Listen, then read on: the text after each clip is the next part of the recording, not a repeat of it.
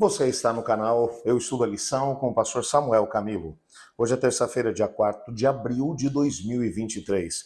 E o tema que estudaremos na nossa lição da Escola Sabatina será o juízo celestial. O texto que serve como base para o nosso estudo encontra-se em Apocalipse capítulo 14, verso 14, que diz: Em seguida vi uma nuvem branca e sentado na nuvem alguém semelhante ao Filho de Homem. Tinha uma coroa de ouro na cabeça e uma foice afiada na mão. Quando olhamos aqui para esse texto, vemos alguma coisa que nos chama a atenção. A nossa mente vai voltar a nossa atenção agora lá para o momento em que Cristo Jesus estava subindo para o céu. Se você se lembra, lá em Atos capítulo 1, verso 9, no momento em que Jesus está sendo elevado à altura, quando ele está voltando para o céu depois de ter morrido e ressuscitado e passado 40 dias se apresentando diante dos apóstolos várias vezes e de diversas formas, falando a respeito do reino. Cristo Jesus foi recebido numa nuvem. Então 2 anjos se posicionam ao lado dos apóstolos que estão olhando para cima e dizem: varões galileus, por que estão olhando para o alto? Esse mesmo Jesus que foi recebido no alto virá da mesma forma como para o céu o viram subir. O que os anjos estão dizendo?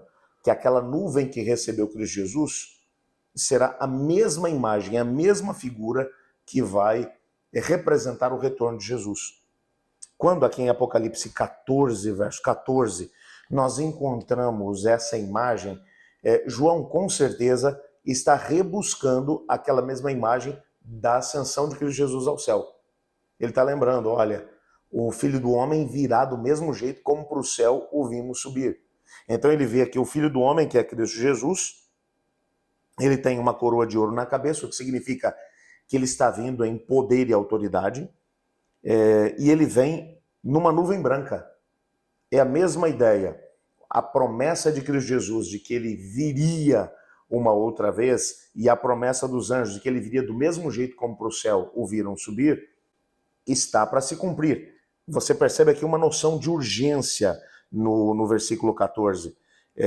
E o que é mais interessante é que além da coroa de ouro na sua cabeça, ele tem uma foice afiada na mão. Ele está vindo para poder fazer a colheita da terra.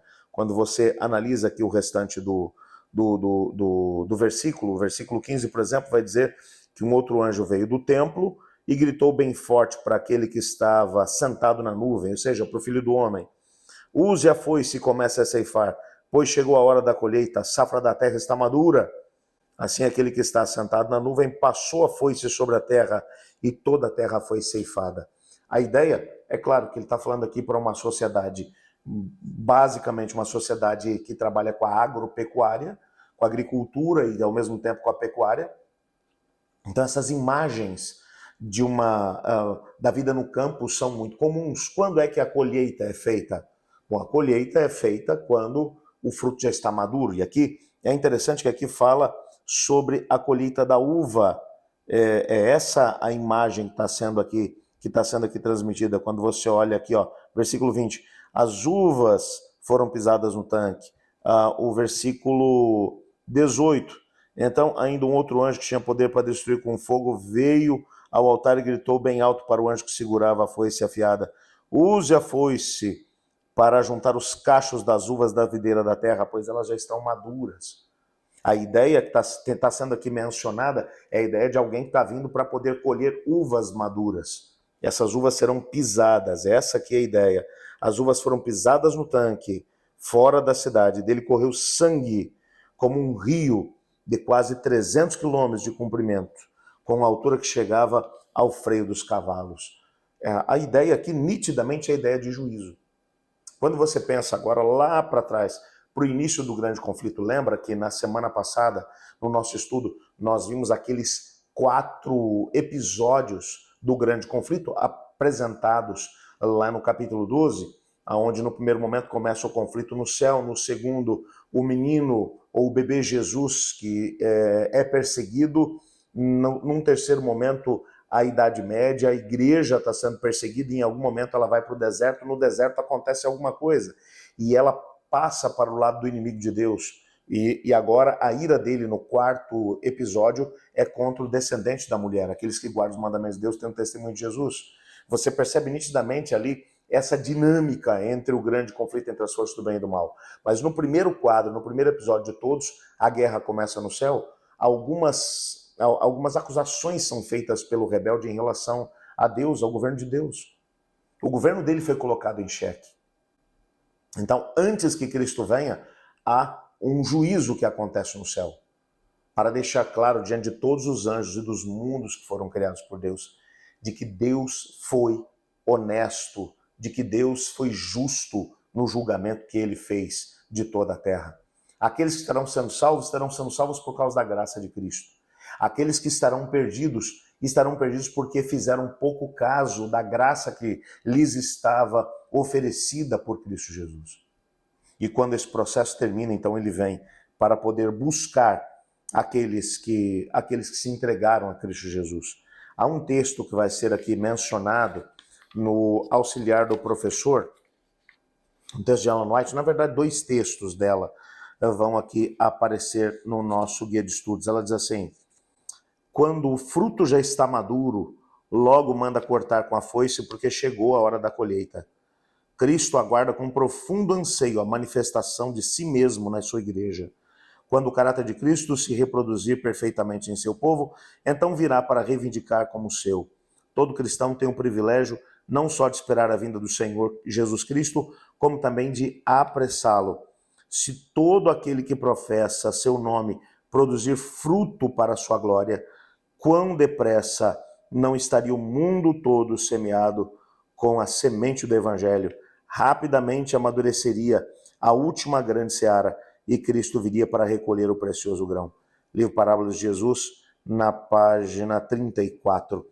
Você percebe nitidamente aqui Ellen White comentando aqui esse texto e mencionando claramente que a ideia da colheita é: o julgamento terminou. É claro que no contexto do capítulo 14 você percebe nitidamente aqui a ideia, algumas imagens que são aqui mencionadas, de que o justo ainda continue na prática da justiça, o ímpio continue na prática da injustiça.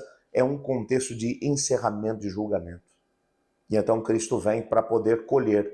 É claro que as uvas são, a ideia de uvas aqui, a colheita que está sendo feita, a foice está sendo passada na terra, a colheita está sendo feita. Claro que existem frutos para a salvação e frutos para a perdição. Alguns que aproveitaram a oportunidade de poder se entregar a Jesus serão colhidos para a vida eterna. E outros que não aproveitaram, que desdenharam da graça de Cristo, serão finalmente destruídos no fogo. A grande questão aqui é: qual tem sido a nossa escolha? Qual tem sido a nossa decisão? Não é à toa que o tema geral da nossa lição da semana é tempo de decisão. Hoje, enquanto ainda existe graça, enquanto ainda existe a possibilidade de podermos nos posicionar no meio desse grande conflito, antes que a colheita seja feita, nós podemos decidir abraçar a graça de Cristo e ser abraçados por ela, salvos de forma completamente graciosa por aquilo que Cristo Jesus fez por nós na cruz do Calvário. Eu desafio a tomar esse posicionamento antes que seja tarde demais. Nós vamos orar por isso, para que Deus possa nos ajudar a viver exatamente essa mesma realidade. Mas antes disso, eu quero convidá-lo para vir conosco para a nossa comunidade de oração. Aqui no canal Eu Estudo a Lição com o pastor Samuel Camilo. Todos os dias temos selecionado alguns temas, alguns nomes, alguns pedidos que têm sido feitos pelos nossos amigos que têm estudado a lição conosco, e acreditamos no poder da intercessão, e por isso te desafio não apenas a orar conosco, mas também a escolher alguns dos pedidos aqui mencionados e orar por esses nossos amigos e irmãos em Cristo. Eu quero, nesse momento, aproveitar aqui a oportunidade e separar alguns dos pedidos aqui. Vamos começar aqui com a Nelma Gomes. Ela diz assim: bom dia, irmãos, orem pela minha família, eles estão afastados dos caminhos do Senhor Jesus Cristo.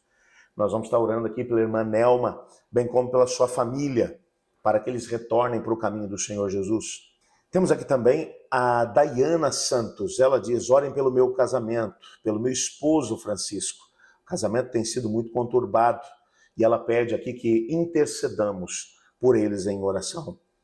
A Naara, ela diz: Bom dia, peço que orem por mim. Estou com muitas dificuldades de poder encontrar um emprego aonde eu possa estar guardando o sábado.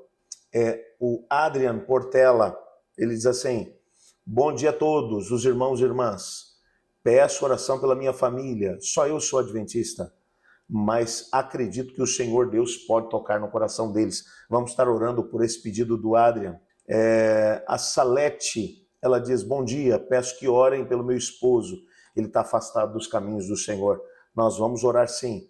E ainda mais um pedido da Agostina Dias. Ela diz: bom dia, peço oração pela conversão dos meus filhos e pela minha vizinha que foi diagnosticada com câncer de mama. Acredito no poder de Deus. Nós vamos estar orando por esses pedidos e te desafio a unir-se a nós nesse momento de oração. Obrigado, Pai, por tua palavra, porque nela temos a convicção, pela sua revelação, de que estamos vivendo os dias que antecedem o retorno de Jesus. Ajuda-nos a permanecermos firmes nele e a tomarmos as decisões que hoje nos colocarão ao lado do Senhor. Pedimos também que o Senhor ouça os pedidos aqui mencionados. Pedidos por casamento, por saúde, por pessoas que são amadas e que estão distantes do caminho do Senhor. Te peço que o Senhor intervenha de acordo com a tua vontade, pois em nome de Jesus que oramos. Amém. Eu estudo a lição e você?